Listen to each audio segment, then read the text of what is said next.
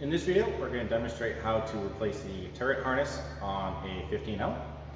This is specifically demonstrated on a 15L with a Generation 2 turret, but the same harness and general principles apply to a Generation 1 turret as well. The covers and location of components on the turret itself are a little different though. First thing we're going to do is we're going to exit half pilot on our machine. And then we're going to open up our electrical cabinet after we shut off the machine, and we're going to unhook the wiring harness from the turret control board. Taking a look at our electrical cabinet, we've already powered off the machine and pulled the power cord for both the 220 volt circuit and 120 volt circuit, just to make sure we're safe. So right here on top, in the middle, we have our turret control board. We have our 220 supply to our turret control board here, as well as our three-phase for our turret motor. We also have our turret lock switch and encoder signals here. What we're going to do is disconnect this entire connector here. We don't have to unwire everything individually. Just pull it one side a little bit. Then our connector can come out. On our power connector, we are going to disconnect our three-phase for the motor itself. And you can see on here, when we replace these wires with our replacement harness, that we have J14.1 on the left, J14.2, and then J14.3. The two power wires, L14 and L24, we're going to leave in place. I'm just going to use a small straight blade screwdriver, or you can use a Phillips screwdriver to unscrew our three wires. There we go. For the moment, I'm going to replace our connector on our board. We'll have to use that guy later. So we have our wires for our turret unhooked then, and those go up to the top left of our electrical cabinet and then go out the port on top. We're going to have to remove that port next and then start pulling our wires from our electrical cabinet. One thing I did want to point out before we got too far into the weeds of unhooking things is on our J13 cable here, which has our micro switches and turret lock switch. We also have a spare wire in here, and it might not come through on the video, but it's right above my finger. It is orange. So this is just a spare wire, so it's not hooked up to anything on our turret control board, and also not hooked up to anything on our terminal block inside the turret itself. So if we're having an issue where one of the wires that we are using is either cut or just has some other issue where it's not getting our signal through, one option we have before we go to replacing the entire harness is we can use this spare orange wire and use it in place of the wire that's having an issue. We just unhook whichever wire that is from our terminal block here and put our orange wire in that position, and then also do the same on the terminal block inside the turret itself. With all of my covers undone, what I'm going to do, rather than pulling them from the top, is start feeding them up through the bottom until I have some slack. And no, they're not going to get snagged on anything. Motor wires. And then the connector on the signal cable can be the most troublesome part, just in case it gets snagged on something. There we go. And then we can pull them out the back side of our cover as well. And they're free. So next we're going to feed our cables through our access port in the bed of the machine. Some people do have issues with the plate that our cables are mounted onto. So you may want to remove that, but you can feed it through the access hole if you go in at a bit of an angle and then somewhat rock it between there. Once you get it past the first port as well, there are ribs in the casting every 6 inches or so, so you are going to have to rock it a little bit. Your hand may be able to fit inside this hole in the bed, depending on the size of your hands, but if not, then I would recommend you do take that plate off before you try and feed those cables through. Once you've started to feed the turret harness cables in from the outside of the enclosure, What you can also do is take the extra slack you have on the inside of the machine and start pulling the slack out, and then incrementally just go back and forth on pulling the cables both from the inside of the machine here, as well as feeding more from the outside of the enclosure until you can actually feel the plate if you have it installed, or the connectors on the end of each wire, and then pull them entirely out from the bottom of the base. Once we have our turret harness disconnected, we can turn the machine back on if we need be. I did so just so I have the light, but if necessary, you can also move the turret around in order to either get it out of the way or position it a little bit better for access. Once the turret harness has been pulled from the base of the machine, what we're going to do next is take off the rear and side access panels of the enclosure. Once we've got our turret harness out of the bottom of the bed, we can pull it up from beneath. Make sure everything's clear. We got one zip tie here holding our cables in place, so we're going to cut that, and then we're going to look at the back of the turret and take our cover off back there. Looking at the back side of our turret here, you can see our motor cover that our harness is going into, which is held in by 4 socket head cap screws. I've already taken 3 of them out, so I'm just going to take out this last one. And then our cover, we can lean it down a little bit. You can see that we have our terminal strip here with all of our signal cables on it. And then underneath it we have a separate terminal strip with our motor power wires. So we're going to undo all of the wires on the right side here for our signals. And then there's one screw on top, one screw on bottom holding the terminal block in place.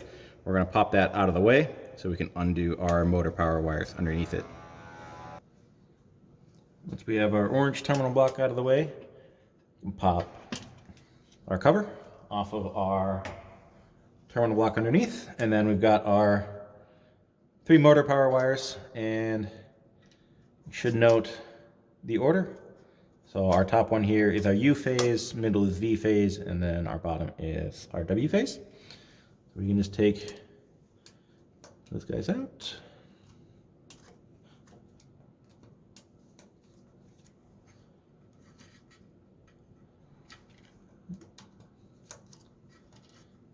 And then finally, we have our ground wire here. This one's a Phillips screwdriver, straight blade. So undo that guy.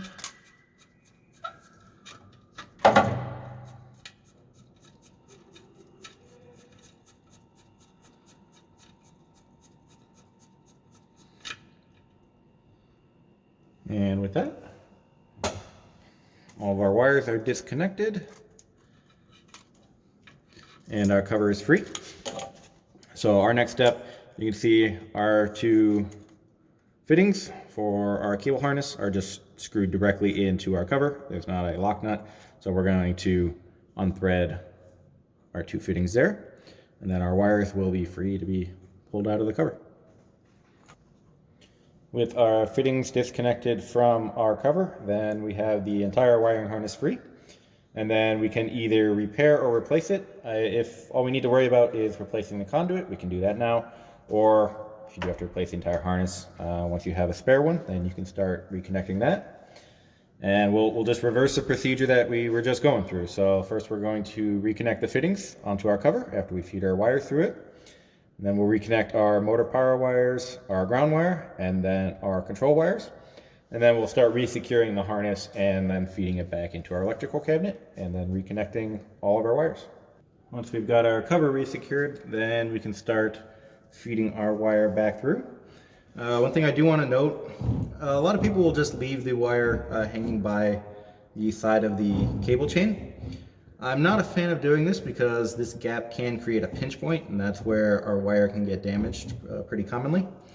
So what I do instead is I just take a couple of zip ties and I'll feed it through the loops on the cable chain, and I'll just secure our turret harness to that.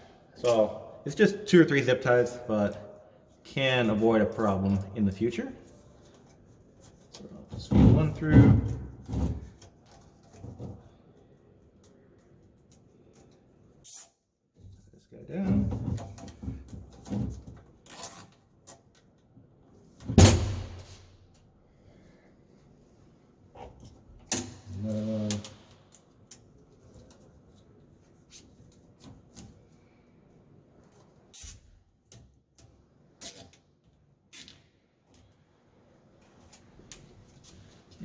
one more towards the bottom here.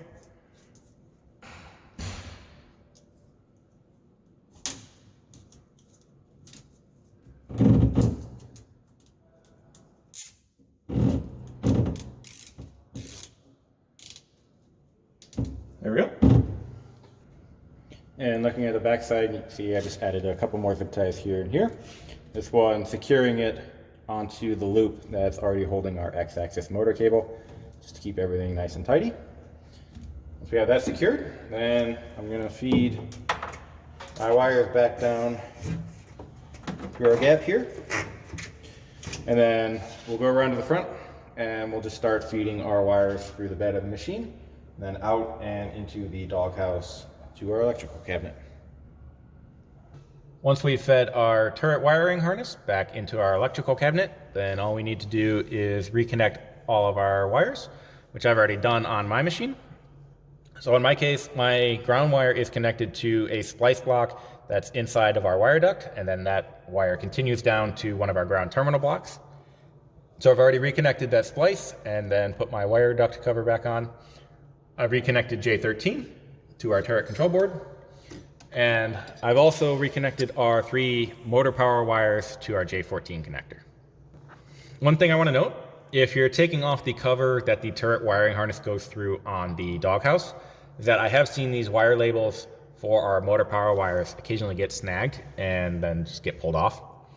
If you lose one of the wire labels, it's not that big a deal. Just by process of elimination, you can put all 3 wires back in the correct position. If you happen to lose 2 of the labels though, then you're not going to know which wire to put in which position, obviously, for those 2. That's not too big a deal. What we can do just by process of elimination is, because we are powering the turret with a 3-phase motor, we can just connect those 2 wires in any orientation and then power up the machine and command a turret rotation.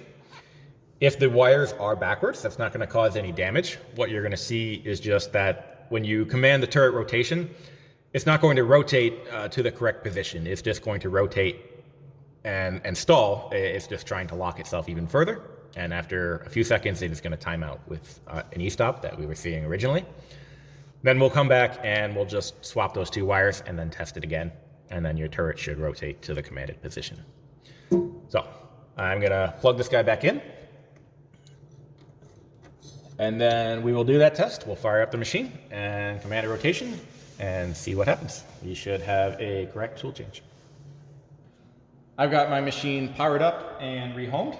So I'm going to test the turret just to make sure that we don't have any issues with our current wiring harness. And what I'm specifically going to do is test every single pocket of the turret, because we unwired every single connector from our harness. I want to make sure I don't have a problem with just one of the wires. So I'm going to command a rotation to pocket number 1 to start.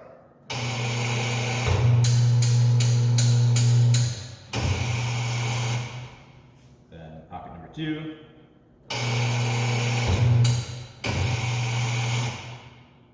Pocket number 3.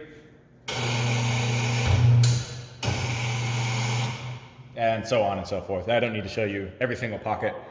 Once we have every single pocket tested and we know that we're all good, the last thing to do is just to put our rear and side enclosure panels back on, and then we're done and we can get back to making parts.